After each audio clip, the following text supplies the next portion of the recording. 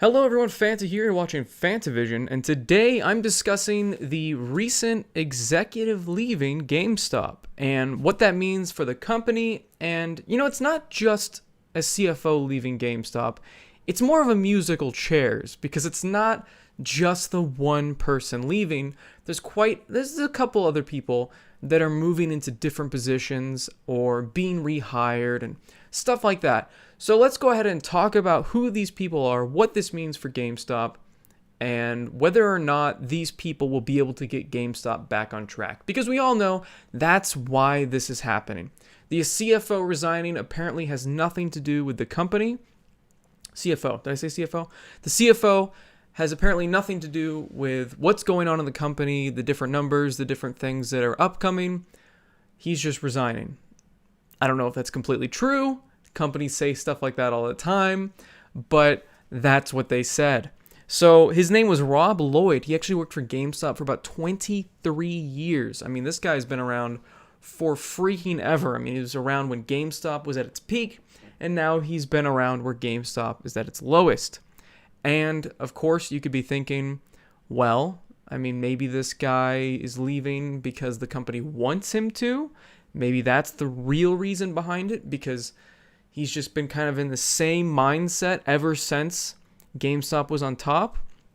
He can't get out of it, so they got somebody completely different. His name's James Bell, and he was the former CFO of Walk Holdings, which is actually the parent company of P.F. Chang's. So completely different industry. There's sort of a connection. The fact that there's customers, I don't quite know how this person is going to help GameStop with his knowledge of Chinese food. I don't think, and I know it's not actually about Chinese food, but it'll be interesting to see what somebody has to say when they're coming from a completely different line of work. And you'll notice that the other person also comes from a different line of work as well.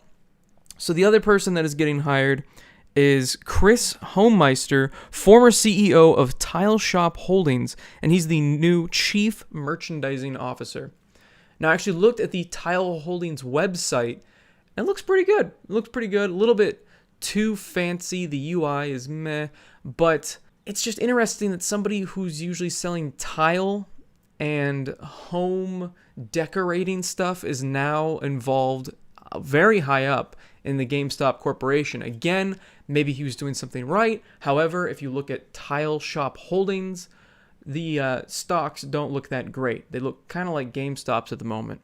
I'm not quite sure the reasoning behind these specific people being hired, but I kind of understand the mindset of hiring people that are completely outside of the industry, because maybe they just have different ideas they can bring to the table. Maybe these other people that were involved in GameStop, including this guy who was here for 23 years, it's like when you're writing a paper or really doing anything, that you need a second set of eyes to look at the different errors that you may have missed because your eyes kind of glaze over. You've been looking at the same thing for so long. So maybe that's what's happening here. Still really weird that they're so far out of the industry, but they must have some reason for hiring them, I guess. I don't know. You can't always completely trust that companies know what they're doing, especially GameStop. The third person that is supposedly... Now, I've read on these different articles that this person's being promoted, but on his actual LinkedIn page... Yeah, I found him on LinkedIn. He was gone from GameStop in 2016. So it said online on the Wall Street Journal that they were promoting Frank Hamlin from marketing chief to chief customer officer. But from his LinkedIn, it says that he has not been the marketing chief since 2016. Not quite sure what's going on there, what that discrepancy is. Maybe he just hasn't updated his LinkedIn page. I don't know. But he's been involved with GameStop for quite a while.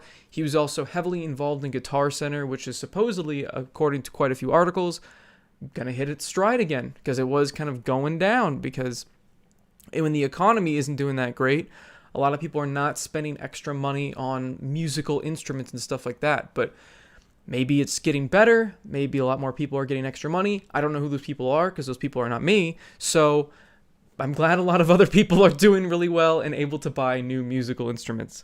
So that's interesting. It's these three people that are hopefully going to be righting the ship of GameStop. But Is it too late? That's what a lot of people are wondering. Is a management change really enough to fix the problem with GameStop? And I don't know. I think it's just the business model kind of going away. People don't seem to buy used games as much as they used to. I still do see, whenever I unfortunately have to go into GameStop, I see a lot of people there buying stuff, but most of the time, it's new games. People that are spending the most money are spending on new merchandise. And when new merchandise sells at GameStop, they're making like $5 per piece of new merchandise. Even consoles, they make like $5. They make barely anything on these things. I know GameStop is quoted to say that they are undergoing a cost savings and profit improvement initiative this year, which to me sounds like they're going to be closing a lot of stores. Because when I think of, cost savings when it comes to a retail establishment, I think of getting rid of stores. So they're going to be enhancing their profits by closing the lower profiting stores, or the ones that aren't profiting. And I mean, that makes sense. It's going to be unfortunate for a lot of people because they're going to be losing their jobs. It also doesn't look great for GameStop because they're going to be shrinking the amount of stores they have instead of expanding. I mean, GameStop, I'm sure, hasn't expanded in a very long time. And that's not good for a business. If you're not expanding, if you're not growing, you're shrinking. If you're shrinking, you're losing profit. If you're losing profit, you go out of business. And that's what it seems like GameStop is doing. There are people out there that say maybe the next console generation will, bring GameStop back from the brink. But I'm telling you, when the new console generation comes out, it's going to be new stuff. It's going to be all this new stuff. Maybe there'll be people going back and buying used last generation stuff, especially because it sounds like the PS5 is going to be backwards compatible. However, with this new generation, if they do what I think they're going to do, GameStop is dead. If they release several versions of the new console, and what I mean by that is if they release a budget, obviously lower priced console that is digital only, GameStop's dead. Because the main customers of GameStop are people that are looking to save money. Whether they're really doing that or not, that's something else. But that's what their customer base is. If their customer base is buying this lower priced budget console to save money up front, then they're not going to be shopping at GameStop anymore because they can't buy used games and they can't even buy physical games.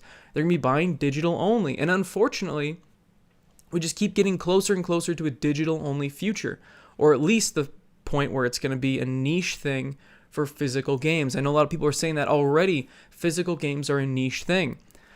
I don't think that's necessarily true yet, but I definitely, unfortunately, think that is going to be in the future. It's going to be just like Blu-rays, DVDs, stuff like that. And yes, that stuff does sell. For the video game industry, at least. I mean, if you're going to have Netflix type things, with Google Stadia, Microsoft's making a cloud platform.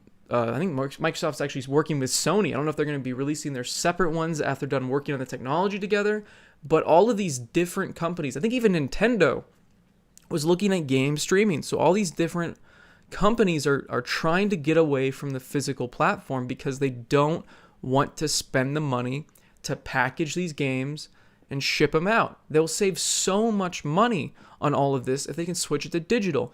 Are we going to benefit at all? No. The only benefit we really have is that we don't have to get up to switch the games. You can't argue that. You really can't. Occasionally there are sales for digital stuff in the consoles, but unfortunately, physical stuff goes on sale way faster and sooner before, like they get deeper cuts way sooner than the digital counterparts, which doesn't make sense to me. Digital games should be cheaper at launch because they are saving all this money on packaging, shipping, and all that stuff. And they're selling direct through their store, so they're not having to give a cut to the stores that are selling it. So there's all these different things that are adding on top of each other where they're saving a bunch of money, but they're not passing any of that on to the consumer. And I don't see that trend changing. Because if you look at movies, it's the same way. Everything digital and physical are pretty much the same. So I never see any incentive to buy anything digitally because I'm only helping out All the other companies, they're not helping me. I'm not getting some sort of discount.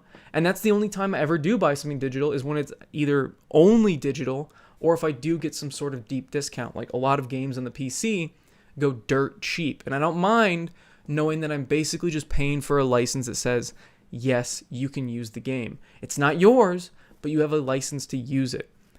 And as that gets closer and closer to being the future, as physical games become more and more niche, there's going to be no way that GameStop as a store is going to survive, because it can't survive that niche market when they've got Walmart, Target, Best Buy, Amazon.